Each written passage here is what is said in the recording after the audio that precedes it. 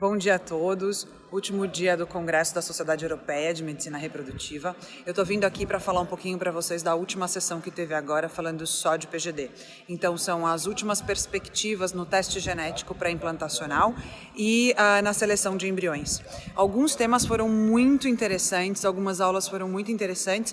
Eu quero, obviamente, pontuar uma do nosso grupo da Genomics, que foi dada pela Carmen Rubio, mas antes eu vou comentar com vocês que a gente falou aqui nessas palestras sobre biópsia de embrião e para análise do RNA, da expressão gênica do embrião. A gente falou sobre as melhores qualidades de biópsia, as melhores formas de fazer a biópsia, com um trabalho incrível de um embriologista americano, o John, falando que ele biopsiou embriões em diversos pedaços desse embrião, mandou para vários laboratórios de genética que concordaram em trabalhar juntos e depois selecionou a massa celular interna desse embrião para também mandar para um laboratório de genética e conseguiu uma concordância de 100% dos resultados quando ele olhava embriões completamente alterados. Ele teve discordância nos resultados quando eram embriões relatados como mosaico. Isso é esperado porque a gente já sabe que o mosaico é uma junção de células, né?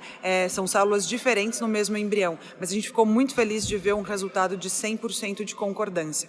A gente também teve aqui palestra de DNA mitocondrial, a gente também teve uma palestra muito interessante falando sobre a remoção de embriões gerados em vivo, ou seja, essas mulheres eram estimuladas, fazia a fertilização por inseminação artificial, uma gestação em vivo, esses embriões eram recorridos antes da implantação no útero e esses embriões foram analisados geneticamente para saber se a alteração genética observada nos embriões gerados em vivo corresponde com a mesma estatística que a gente tem dos embriões gerados in vitro. Muito interessante o resultado, são resultados preliminares, mostrando só para a gente como eles estão padronizando a tecnologia de recorrer esses embriões. Então, muito sobre isso ainda vai vir. O autor disse que está para começar um trabalho prospectivo randomizado com relação a isso, então a gente tem evoluído muito nesse caminho.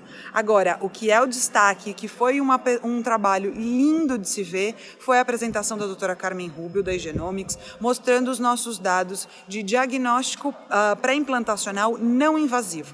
Ou seja, o nosso famoso PGS, PGTA, utilizando o meio de cultivo do embrião, com dados primorosos, dados que foram sendo melhorados desde o último artigo que foi publicado.